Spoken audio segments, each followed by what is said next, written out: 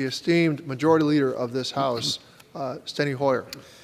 Gentleman from Maryland is recognized for 1 minute. Thank you, Mr. Speaker. And I want to thank the chairman. I want to thank the chairman not only for yielding time, but much more importantly, I want to thank him for the extraordinary work he does on behalf of the armed forces and for its veterans. He is tireless in his advocacy of veterans' interests. At every meeting that we have, I meet with him every Wednesday in the chairman's meeting, always speaking up about how we need to continue our focus on the needs of our veterans who served our country so heroically, whether they went overseas or not. And some of the veterans that we're talking about today were not overseas when they contracted a disease or an illness as a result of toxic substances. They were here in America. There's a poet who says they also serve who stand and wait, ready to serve, ready to be deployed to the point of the spear.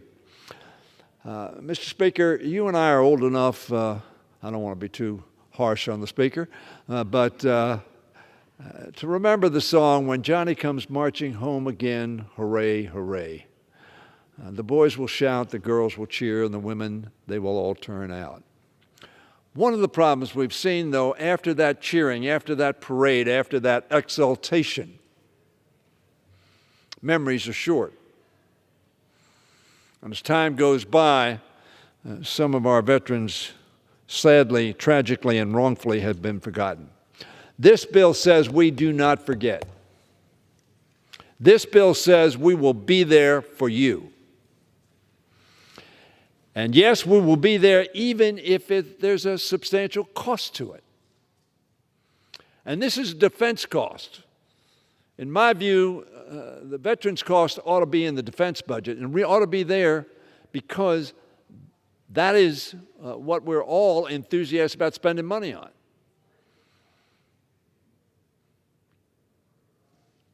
And veterans need to be and are our first priority. So I want to thank the chairman for his focus and for his action. He has long been a champion of our veterans and their well-being. I also want to thank Representative Ruiz and Representative Luria, who is sitting here with us, who have worked very hard on this legislation. Ms. Luria from Virginia, retired commander in the United States Navy, commanded a ship, she and her husband. Dr. Ruiz, who has been on the front line of illness, the front line as an emergency physician, and knows full well the toxic effects, or may I say the effects of toxic material to the well-being, psychological and physical, of individuals. And I thank Dr. Ruiz and Commander Luria for their work on this bill. Our veterans served with honor and routinely went above and beyond the call of duty in their defense of our nation. Many of them risked their lives, not everybody. There were some that were support, without whom those at the point of the spear could not have been successful. We have a responsibility, Mr. Speaker, a moral responsibility to care for our veterans when they return home and ensure that they receive the treatment they deserve. When we send our service members to war, when we recruit them, when we put them in a position by order, and they become ill because of where they are, because of either negligent or unknowing actions, unknowing to the extent we don't know the adverse effects that they caused. Whatever the situation, a soldier's exposure is our responsibility. To burn pits and other toxic substances during their service has been shown to be connected to a greatly increased risk of cancer and respiratory diseases. There's no doubt about that. The legislation before us would expand veterans' health care access and benefits to address the effects of those toxic exposures that occurred during their military service. Mr. Speaker, you and I both know we asked our veterans to go to battle for America, and they answered the call. When they return home, veterans should not have to go to battle against red tape to receive the medical treatment and benefits they have earned through their service. They ought to be able to access care for the physical and mental wounds they carry without impediment or delay.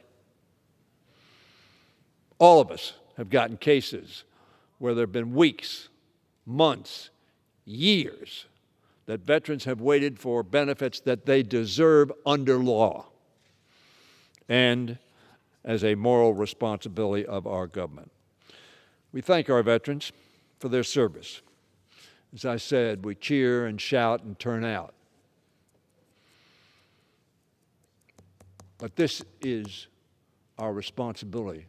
This is not about cheering or shouting. This is about doing what we ought to do for those who were injured in the defense of our nation and our freedom.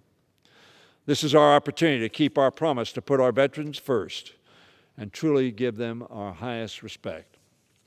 Again, I thank my friend, Chairman Takano. I thank all the members of the Veterans Committee and all those veterans who don't forget those who come after them. I thank Mr. Takano for his leadership and urge my colleagues from both sides of the aisle to join in passing this bill with a strong bipartisan support. Our president talked about bipartisanship. I talked to Mr. Scalise about being the loyal opposition. Not loyal to Democrats or Democrat leaders, but loyal to our country. And being loyal to our country means being loyal to those who served and preserved the freedoms that we enjoy. This home of the free and land of the brave. I think it's the opposite way around, but we get the point. Brave and free go together. Let us not forget. Let's pass this bill. And I yield back the balance of my time.